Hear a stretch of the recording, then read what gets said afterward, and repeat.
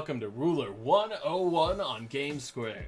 Today, obviously, if you didn't catch the hint, we're going over Fault Gold the Dragoon / Bahamut the Dragon King. Is that what he's called? Yeah, Bahamut the Dragon King. Also known as the fire-breathing pain in the neck that almost killed the game.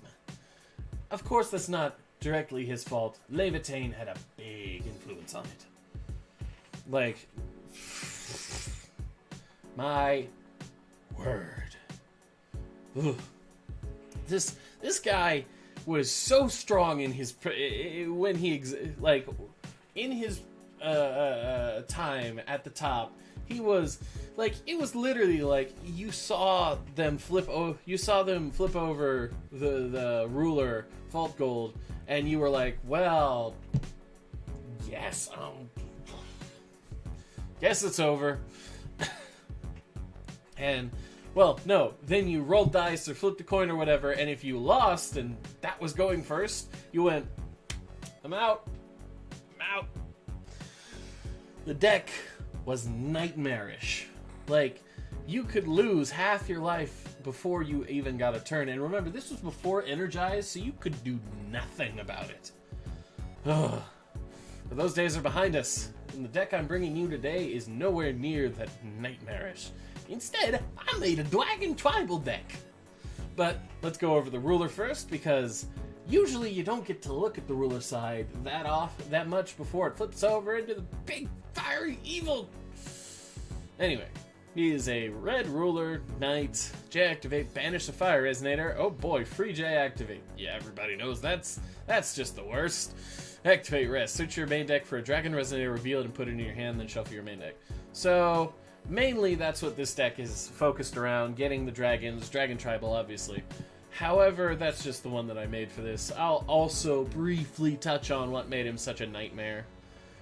What did that is that banish a fire resonator. So, at the time, there was a fire fairy that cost 1 red, was a 200/300, and then there was a Cthulhu card which had incarnate of 1 red, so you could banish a single fire resonator and put Cthulhu in the field. It was a 5/5 swiftness, and the fairy was swiftness flying. And then Levitain, your J-Ruler gains swiftness. You can rest it to make your J-Ruler deal, if it would deal damage, it deals that much plus 200 instead. You could banish a resonator to recover it, and if you had another one in your hand, it had an activate ability to where you could discard a Levitain to produce a red will. So, the optimal turn 1, 2 Levitains, a fire fairy, or a rook egg even, just a single fire resonator. So you play your first Levitain, then you discard the other Levitain. If you picture you going first in doing this, okay?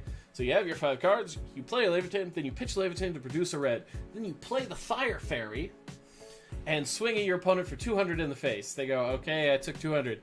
Then you incarnate that fire fairy into a Cthulhu and bash them in the face for 500. And they go, okay, that's 700 damage. And then you go, oh, by the way, I haven't called a stone this turn, so I'm going to banish my Cthulhu to play Bahamut. And then you rest Levitain and hit them for 1200, and they go, okay, I just took 1900 in the face. What just happened? And then they get their first turn. Remember, no Energize, so they're playing a 1-drop, and they go, okay, here's a 1-drop. And then you go, oh, that's cool. I have a 1200 attack flyer in your face, and if you have another Cthulhu, or if you draw another fairy, cool, another 200. What happens is, it was bull. Anyway, that was the nightmare that was Baja Blast, and then you'd support it with I think giant growth and things like that, just to push in that extra damage. Lightning strike, not lightning strike. At that time it was thunder, but anyway. We'll move on to his J-Ruler side, and just forget about that nightmare from the past. So he is a 1000/1000 dragon with flying, and enter ability. This card deals damage to target resonator equal to the attack of the resonator banished for its judgment cost. Okay, so yeah, if you banish the Cthulhu, you can deal 500 damage. This is if they, even if you went second, if you did your first turn thing, you end up banishing a Cthulhu. You're going to deal 500 damage to whatever they played first. That's going to nuke whatever Resonator they put out. So, cool. If they didn't already block, which they probably did. But regardless, he also has Activate, Banish a Fire Resonator. This card gains Imperishable end of turn. So he's just... And the Levitanes, they had another ability. Yeah, they had like 4 abilities. You could banish it in order to give your J-Ruler Imperishable.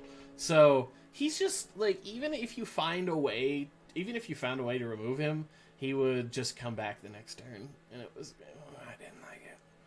But anyway, yeah, he's a big old dragon, and if you banish a dragon, you can explode something your opponent controls. We're gonna abuse that. We are gonna abuse that, and I love it. Anyway, so the main lineup of this deck is weird. It's just really weird. I'm sorry, but oh well. Anyway, Hoel Pig is our main. It's the meat, because you want to be able to play it. Because I made it pure red because I'm crazy. Anyway, you want to be able to call a stone, then banish the pig and recover, and then search your dragon. But even if not, it's a 1-drop red Resonator that you can be like, okay, turn 2, pig. Alright, dragon's gonna eat the pig, and then I'm gonna fly in your face. So, because Hoel Pig has attack 400, defense 300 for 1 red, and it has banish this card, recover your ruler. So as long as it's on the ruler side, you can call stone, recover, and then judgment. So, fun stuff. Next up, we have our first dragon in the deck, the 2-cost Spawn of Blazer. It's a 2-red dragon, 400/400 flying, and it has an activate ability. Banish this card, produce 2 wills in any combination of attributes. Spend that will only to play dragons. So yeah, you play him, and then you can immediately banish him and play another of him. It works really well for a card coming up later, but we'll get to that later, eventually. Our next dragon is a newer dragon, Carrier Dragon. 1 red and 1, attack 200, defense 700, flying. Discard a card. This card gains plus 500, plus 0 until end of turn. Play this ability only once per turn. That discard's going to be super relevant. Just wait. You just wait. But, he's a 2-cost flyer that can deal 700 damage to your opponent's face if you're willing to go card. That's cool. But what's even cooler is you can discard the card, swing at your opponent's face for 700, then flip Bahamut and blast one of their Resonators for 700 damage. I think that's pretty cool. Next up, we have... It's not a dragon, but it's one of the 2-cost support cards for this deck. 40 Thieves. This card would be Guinevere if Guinevere was allowed, but because Guinevere doesn't exist, he is a red. He is 1 red and 1, or a story human. I would like to point out that technically I have to look at the rulings, but he is a story. I wonder if he could go in the... Like, he wouldn't be... I don't know. Anyway, 400/400, enter. Draw 2 cards, then discard 2 cards. That's what you're doing. You want to just burn through your deck while throwing a bunch of stuff in the graveyard, but there's a reason for that, which we'll get to. Anyway, yeah. Attack 400, defense 400. You just play it, you draw cards, you burn through your deck, you're looking for stuff, you're discarding what you don't need. Then we have a 4-cost dragon, the Imitation Dragon. Attack 1000, defense 1000, flying. This card cannot be blocked by J Resonators without flying. When this card is dealt damage, destroy it. So if it gets chump blocked, sadly, it's going to go down, or if it gets pinged, it's going to explode. However, until it does, it's a 1,000 flyer. So have fun with it. Also, it's easy destruction really helps our next card. Drag, the red dragon. And this guy is where all the Hoel Pigs and the Spawn of Blazers really come in handy. So, Drake is a 5-cost, 1 red and 4, attack 1200, defense 1200, flying. You may pay 1 less to play this card for each Resonator put into a graveyard from your field this turn. Okay, so say you did the Hoel Pig thing to recover, search for a Drake. That's already 1 cost down, so now it's a 4-cost. But say you also have a Spawn of Blazer, you then banish that Spawn of Blazer, and it's now a 3-cost, but you also have 2 will up, so it's just a 1-cost. So, yeah. Yeah, it's fun. It's a big dragon. It's a big dragon that you can get out easily. And okay, we're out of the resonators and onto the exciting part. The exciting part of the deck, which is because dragons breathe fire. And what better way to make them breathe fire easier than making every subsequent attempt to breathe fire easier? I know that sounds confusing, but let's get into it. Akashic Records of Eternal Flame. Akashic Records of Eternal Flame? Anyway, 1 red and 1 for an addition field. It's a relic. Relics never went anywhere. But anyway, continuous. You may pay 2 less to play a card if a card with the same name is in your graveyard. That's pretty good in my opinion. So, anyway. So this is why you have that draw discard and the discard on your dragons. So, if you have a single Imitation Dragon, an Akashic Records of Eternal Flame, and an Imitation Dragon in your graveyard, all your Imitation Dragons now cost 2. 2! And if you have a dragon there, your dragons are just 3 cost. Have fun reducing that cost to nothing. Your Carrier Dragons, your 40 Thieves, and that's not even getting started on the Chance, because the Chance are where it really shines. But, just, I love this card, but I've never really seen it used. Probably because it's an addition, but it only costs 2, so it should see more play than it does. But yes, that's why I run the 40 Thieves, so you can mill your deck, get some decent stuff in your graveyard, so that you can, but also keep copies of it in your hand. So you can drop a flame, so you can drop a Records, and then be like, oh, look at all these 1-cost things. But yeah, it's cool. I like the card. But now let's get into all the wonderful chants.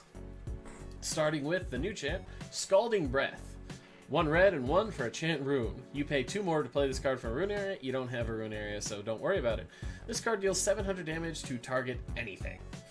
So you can hit your opponent in the face for 700. You can hit one of their J Resonators for 700. And oh, look, you played 1? Well, I guess it costs 1 now. I put it in because it's a 2-cost 700 damage. And that's pretty sweet. Thunders I didn't really include because 500 damage doesn't do as much as it should, especially like lately. Yeah. Anyway, next up. But yeah, this is gonna kill Lancelots, and Lightning Strike and Thunder don't kill Lancelots. So there we go. Next up, we have Bahamut's personal card, Dragon King's Flame. 1 red and 2 for a chant instant. I should point out that this is not an instant card. It does not have quick cast. The Scalding Breath does not have quick cast. So, yeah, it's not the best. But anyway, Dragon King's Flame does. It deals 600 to target player or Resonator. That's crap. 3 will for that? That's crap. But if your J Ruler is Fault Gold the Dragoon or Bahamut the Dragon King, it deals 800 damage instead. So, well, yeah, there you go.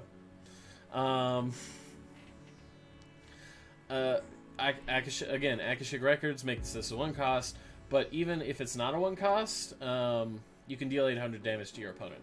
That's almost a fourth of their life. That's good. That's really good. Also, it's literally Bahamut breathing fire into their face, and I love it. Next up, we have Bahamut's second support card, Realm of the Dragon King. Another addition field.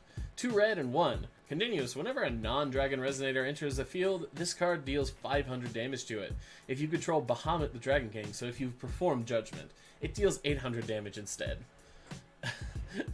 I like it because it makes your opponent, like, all of their little stuff, like their little Lorites, their anything with 500 or less defense, it just makes them unplayable. So they're like, oh, well, this is cool. I guess all my stuff's gonna die now. And if you have Bahamut out, like, if you have Bahamut out and, like, 2 of the Realms of the Dragon King, they can't play Resonators, and I find a sort of beauty in that. Well, because a lot of things aren't actually dragons, if you didn't know.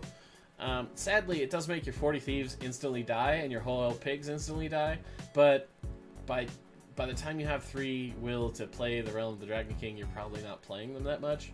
And at that point, if 40 Thieves go into the graveyard, it's just going to boost your dregs. Next up, we have a 2-of in this deck. I just put it in to be a pseudo finisher. It's Magic Impact, 2 red and 2. It deals 1100 damage to your opponent. There's only 2 in the deck because it's 4 cost. But if you manage to draw both and then get one in the graveyard, the other one's going to be a 2 cost with your records. So, yeah. And then, because we like having things in our graveyard and we're going to be spamming all that, we need a way to get it all back, especially if we have some records of Eternal Flame out. So I included a single black card in here, not a single, a 3-of black card in here, Heavenly Fruit. Because late game, all your dragons are in the graveyard, you have records of Eternal Flame out, you play a Heavenly Fruit. Oh, look at all these 1-cost dragons.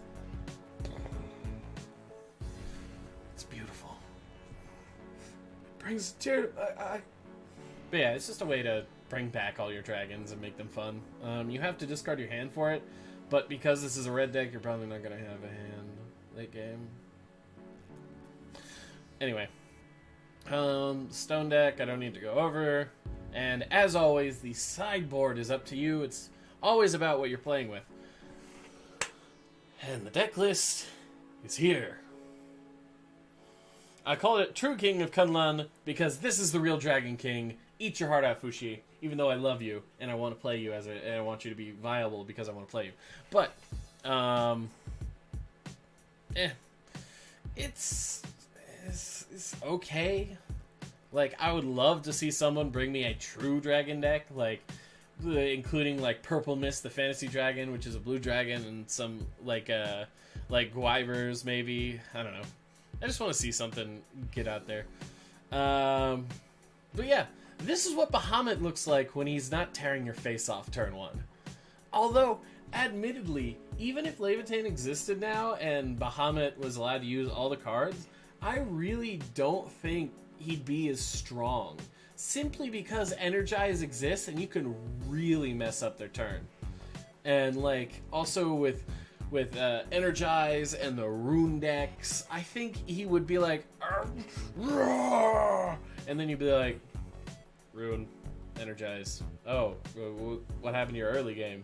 And then, because Bahamut starts off as a behemoth of a roaring, evil, angry dragon, and by turn 4, he turns into a little baby dragon. It's sad. But anyway, let me know what you guys think. I'd love to see more dragon decks down in the comments. Please. But deck list, as usual, will be in the description. And as always, it's a starting jumping off point. Feel free to make improvements. Add green in if you want. Green is probably a really good color to put in this deck. But I want it to be as pure red as I could find with a little bit of colorless. Thank you all for watching, and I'll see you in the next video. Bye-bye!